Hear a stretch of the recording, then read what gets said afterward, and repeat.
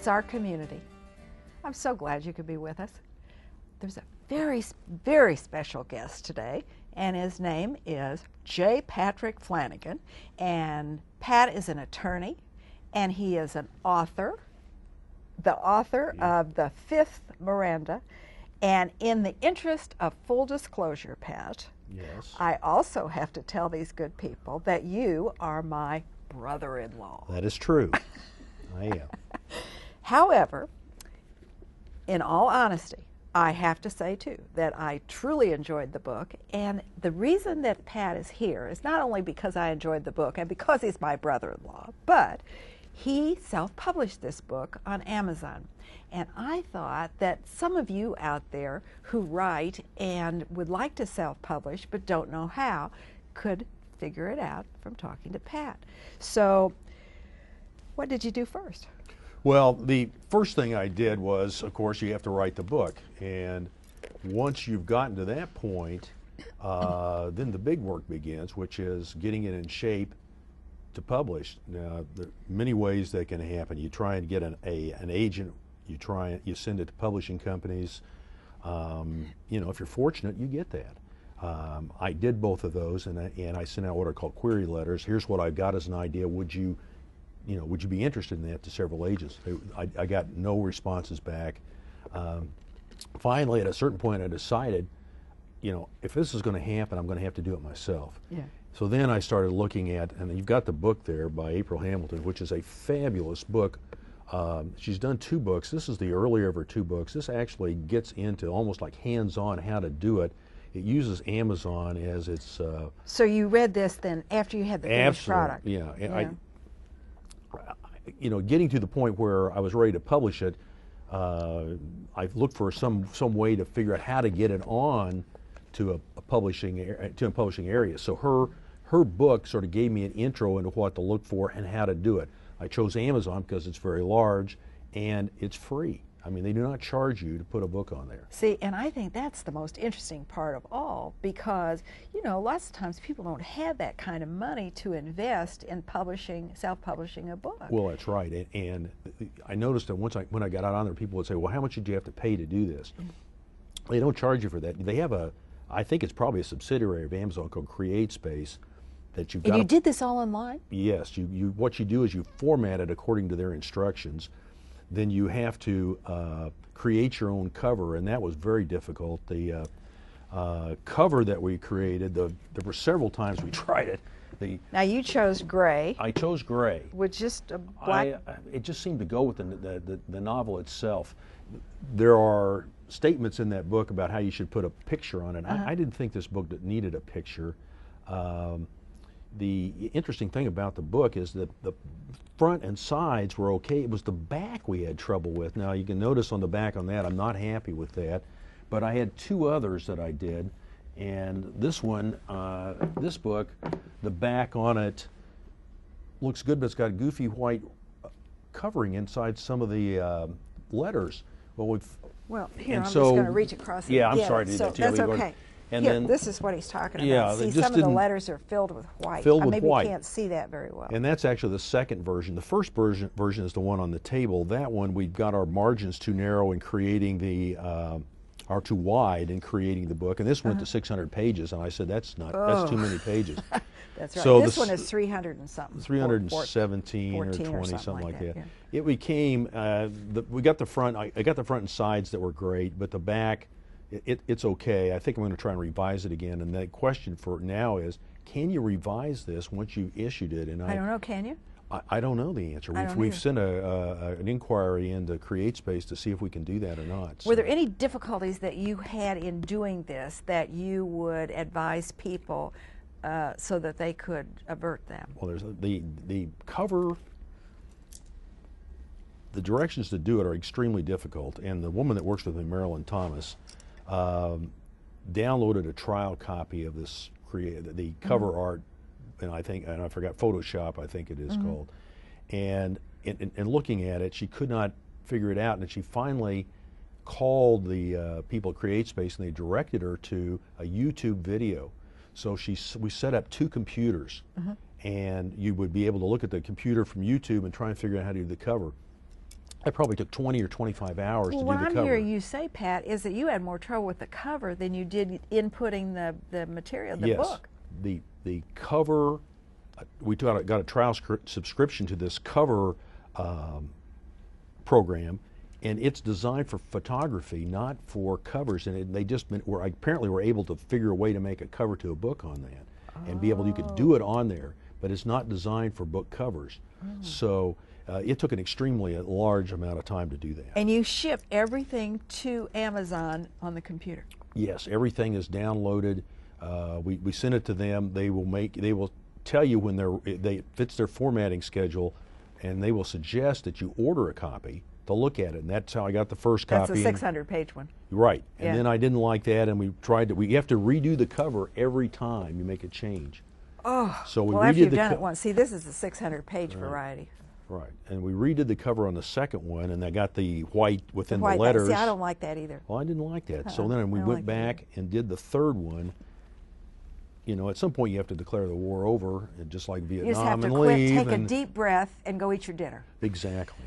And so, yeah, so we took I took the third one and I approved it, and that was March 4th that it went out. So. Now, who proofreads it?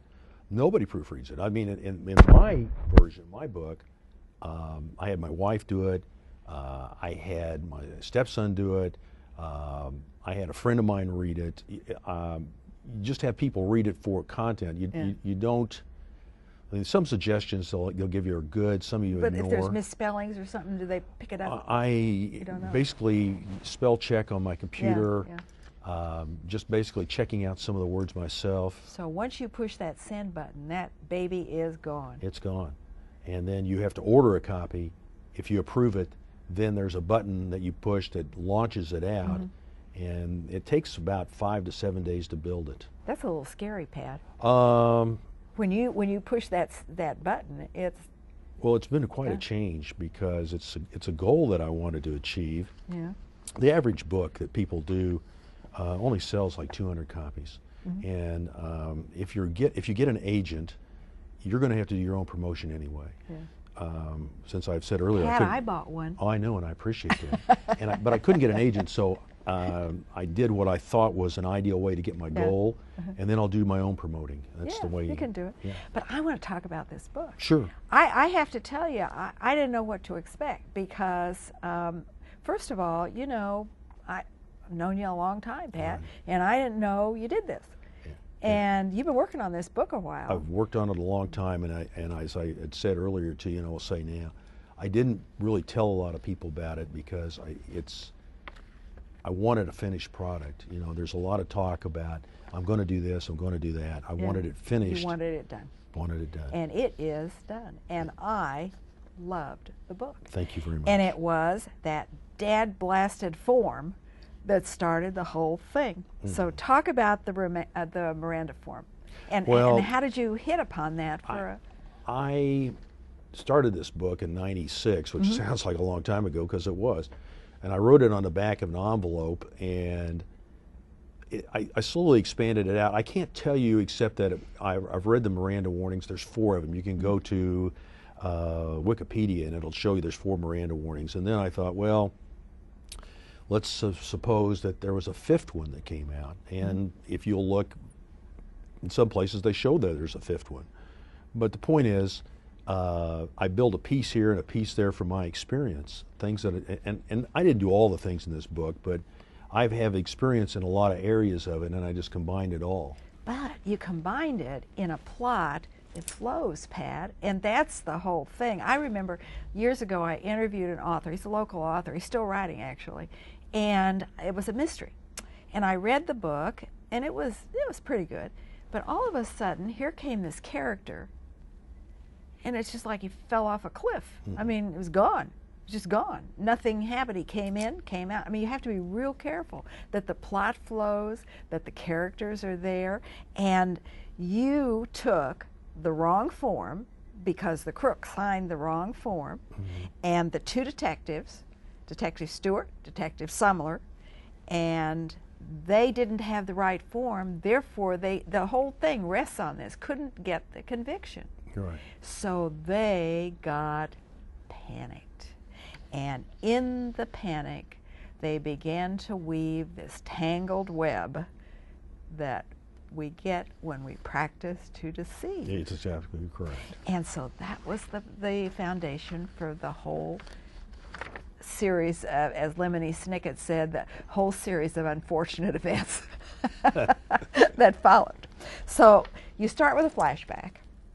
I started with that. I'd written it, by the way, you just write and rewrite and rewrite. The most fun, of course, is when you start out and you start with the book itself, and the parts of it, the original writings are really fun. But then what you do, the work part of it, is you rewrite, rewrite, and rewrite.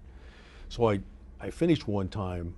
You didn't start with a flashback no, originally? I finished it and I gave it to my wife to read, who must have read it 3 or 4 times. And she said it's not good enough. It needs something to start out that it just doesn't have any opening sequence that'll grab you. And so I sat down and thought through what would be an interesting sequence that would tie in with the people that were in the plot. Yeah. So. And the flashback, the car explodes. That's wonderful. Big car explosion, and a questionable explosion at that. 2 officers were hurt. One hurt very badly. The car that exploded, now this is all in that short flashback, the car that exploded was from Johnson County.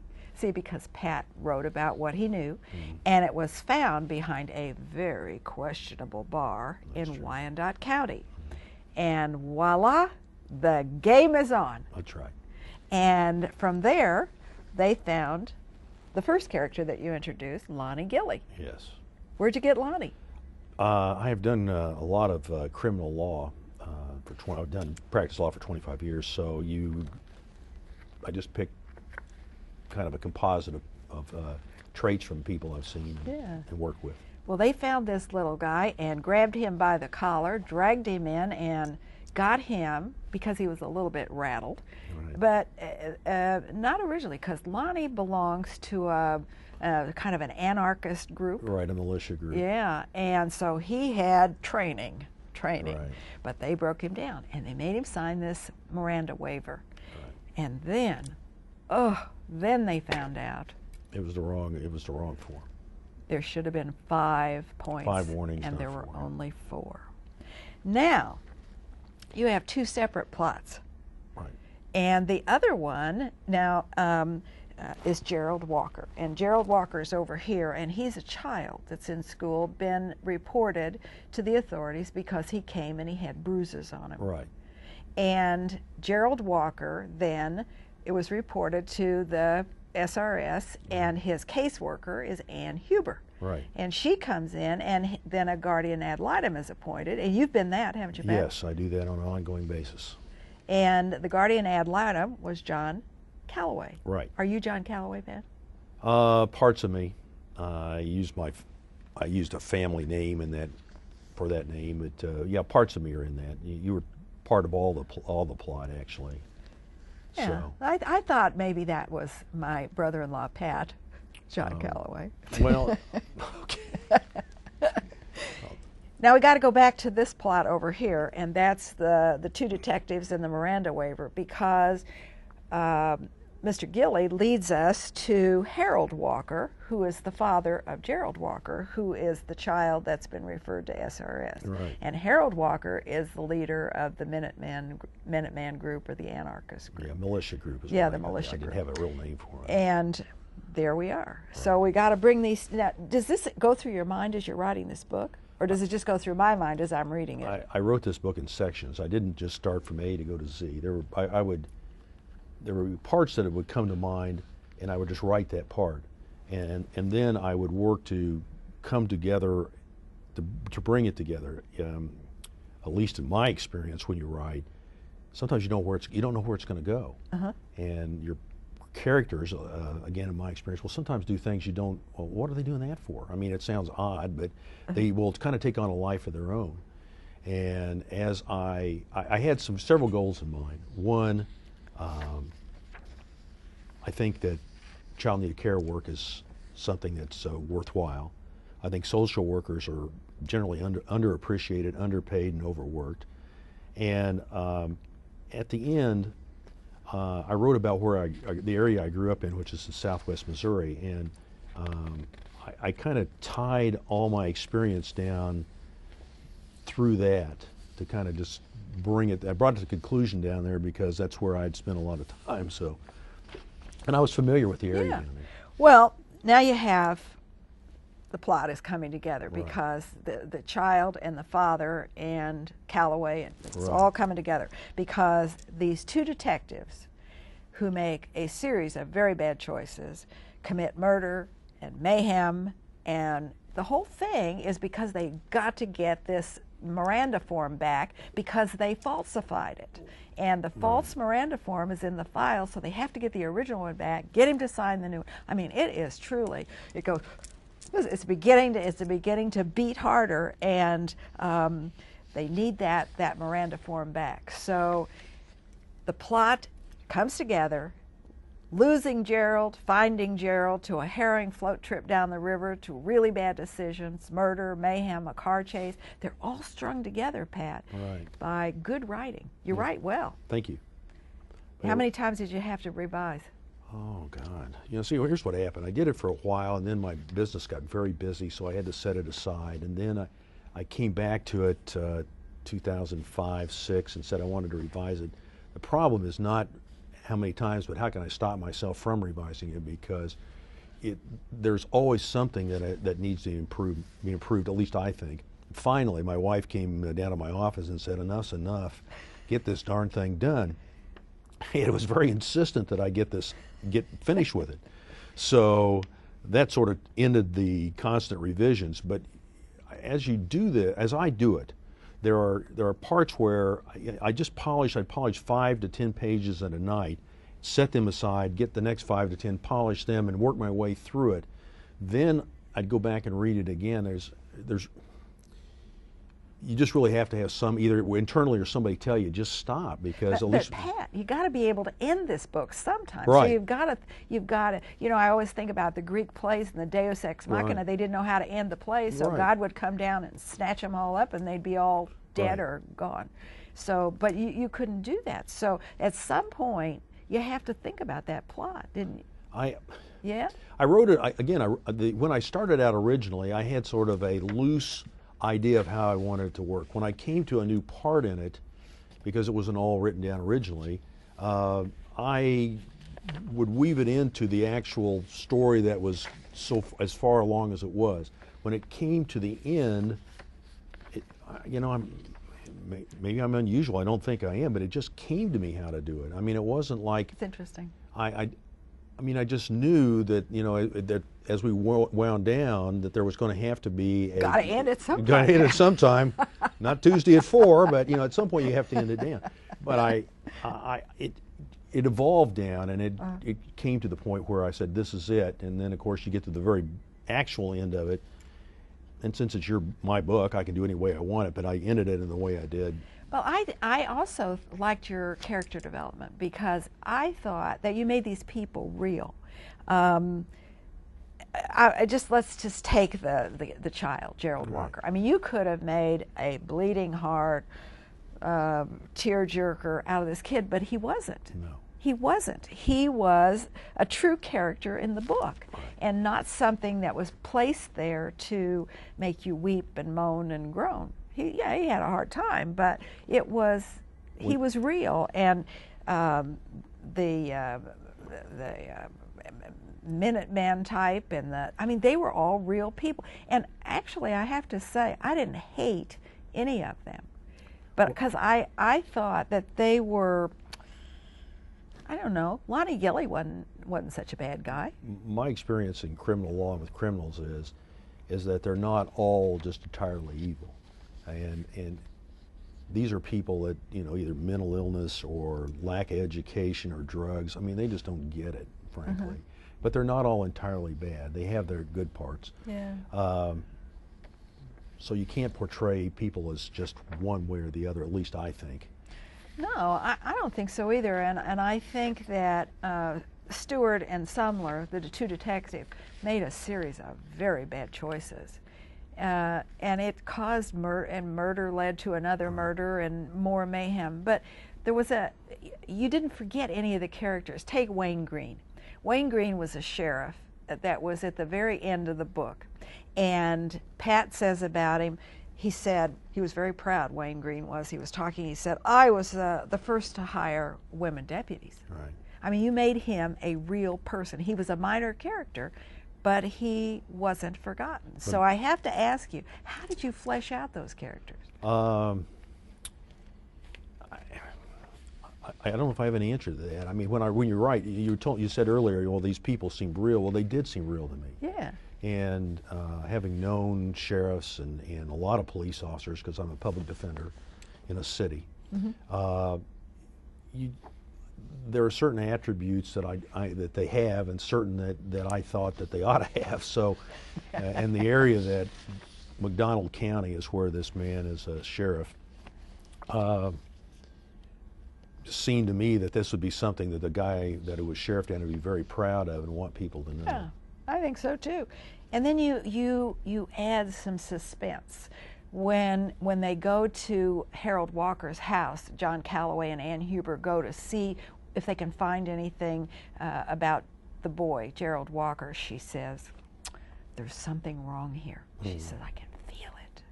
And the house is dark, and you set the stage for suspense. In many ways, that was just one example. So I actually wrote this book to be a book like I'd like to read one, and I threw things in that I always thought from my reading were fun.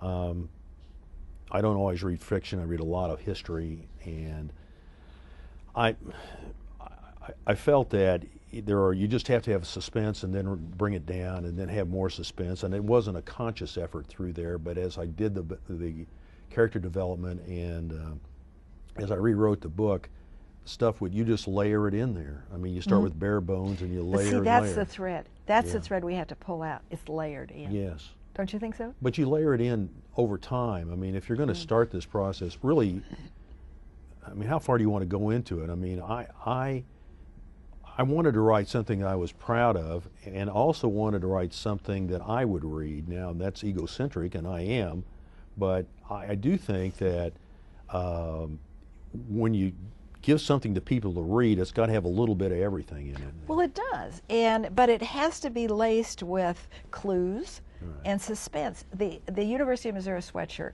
you left us a clue, and you're talking. This is their trip down the river, which is really exciting. Well, it's the Elk River down in McDonald County. McDonald County. The trip down the river, dead bodies, John's MU sweatshirt, and literally that he left it behind, and that was what literally saved their lives. Right. So and the description of the sweatshirt, he wore it a lot, and it showed. A seam on one side was torn, and the cuffs of the neck were frayed. He knew he needed a new one, but he liked this one because it was perfect for a trip like this. See, the description in there is truly good. And you left me a clue, Pat. Thank you. I love it. The descriptions that you wrote, I thought were just excellent.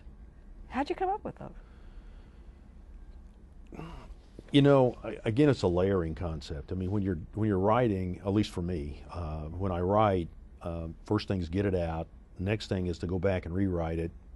Third thing is to go back and rewrite it. The fourth, the fifth, the sixth. Some of this, I mean, there's one scene in there that I was on the river where there's an issue with a storm in a canoe, and the guy reaches in the canoe, and that's all I'm going to tell you. It took me. Oh, don't. Yeah, that's right. It took 5 days, about 2 to 3 hours a night, because I did a lot of this after I got home, to come up with that brief scene. And I will say that I never felt tired about writing this book. I wanted to get it done, but it was never a burden. It was fun, I guess, even to rewrite it, because I enjoyed my characters, and I enjoyed what they were doing, I guess. Yeah. Well, listen to this. This was a particularly, I thought, good description. This is along the trip down the river that was supposed to be fun. Right. It's supposed to be but fun. It wasn't. It didn't come out It that way, wasn't. It says, he began to hear the crickets hidden in the deep shadows of the riverbank, and somewhere out of sight a crow would caw now and then, only to be answered back ever so faintly. The trees lining the sides of the river blocked out much of the sun and kept John in the middle, where he could see ahead better. it had rained earlier in the week, and you go on and on. But I love that part about the crickets and the crows. And I've done enough canoe trips down on that river. It's a wonderful river, and that's experience. So it's going to be very quiet on there. well, and you throw in a little humor here and there, Pat. I've been known to do that in my life. There were a couple of bodies that they found, and Anne said to John, she said, "Are they going to move?" And he says, "Well," he said, "they're dead. If they move on their own, we'll be the witnesses to one of history's greatest events." Thank you. I like that. Thank you. And those two dead bodies play a big role They do. in the whole progression of unfortunate events. What I think is, though, as in life, in any book, the chance events can affect your life. Oh. And some of the things that happen in this book were chance events. And I know in my life that's happened. And I think that it can't be overlooked. I think that when you're writing fiction, you can do a lot of movement. You can throw stuff in. The bottom line, at least for me on this, was I wanted it to have a aura of reality to it. Not that somebody would say, "Gee, I would like to go experience that," but at least if you read it, you'd say, that doesn't sound like an outer space alien movie thing. It has some thread of reality through there. But Pat, I want to go back to those chance events again. Right. You use those to stimulate the suspense and keep me interested. Well, thank you. I mean, because I think you're right. I think lives are full of chance events. I think so. And and a little romance. Oh, A yes. little romance. I threw that in. John and Anne. Now, it's not hot romance, I got to tell you. It's very gentle romance, and it sets the stage for a relationship in the future. I did not. I don't think there's a cuss word in this book. No, there is not. And I thought about that, and I said, I didn't feel like I wanted that in there. Not that I'm a prude or don't use foul language, because I do, but I just thought in the book that when you're having people read it, that's one thing I don't think is appropriate. The other thing is, and there are, I guess you'd say, some romantic scenes in there, but explicit they're not, and I'm not, they're nice. and I don't think that adds to the character. They're nice, Pat. Yeah, if I thought they would have added, I would have. I went as far as I thought was appropriate for where they were and what the book was trying to do. I think that's true. Yeah. I do. And you also threw in a little Carthage history. I did. Well, I'm from Carthage, Missouri, so I threw in something about the Civil War. I kind of created a little incident with basically a statement there's some hidden gold down there. I know it. I thought, oh my goodness, everybody will be flocking to Carthage to look for Sterling Price's hidden gold. Yeah. Don't we wish? So what's next for you, Pat? Are you going to write another I've book? got another book that I've written some on. I actually had 4 I set out to write. This one, I mean, I can't do it if it takes 15 years to get it out. It ain't going to happen. But I've got You can one. do it from the home, Pat. That's right. Do one from the old folks' home. Yeah. I've got one more. It's about 25% of the way through. So. Well, we will look forward to it. And Thank the you. other thing, I think that John Calloway and Ann Huber would be the basis for another one. So I've got a third one suggested already for you. Well, thank you. I appreciate do. that. We'll see what happens in the future. Oh, I think they're good, Pat. Thank you. And I would recommend it. Go online. You can buy it. I'm unabashedly pushing my brother-in-law's book because it's online from Amazon, and it's good. And it's a fun read, and it's done well, and I enjoyed it, Pat. Thank and you. besides that, Patrick Flanigan, my brother-in-law, is a heck of a nice guy, and The Fifth Miranda is a good book, and I'm so glad you came to meet Pat and to learn about The Fifth Miranda. I'll see you again soon. Just remember, it's our community, and these are our neighbors.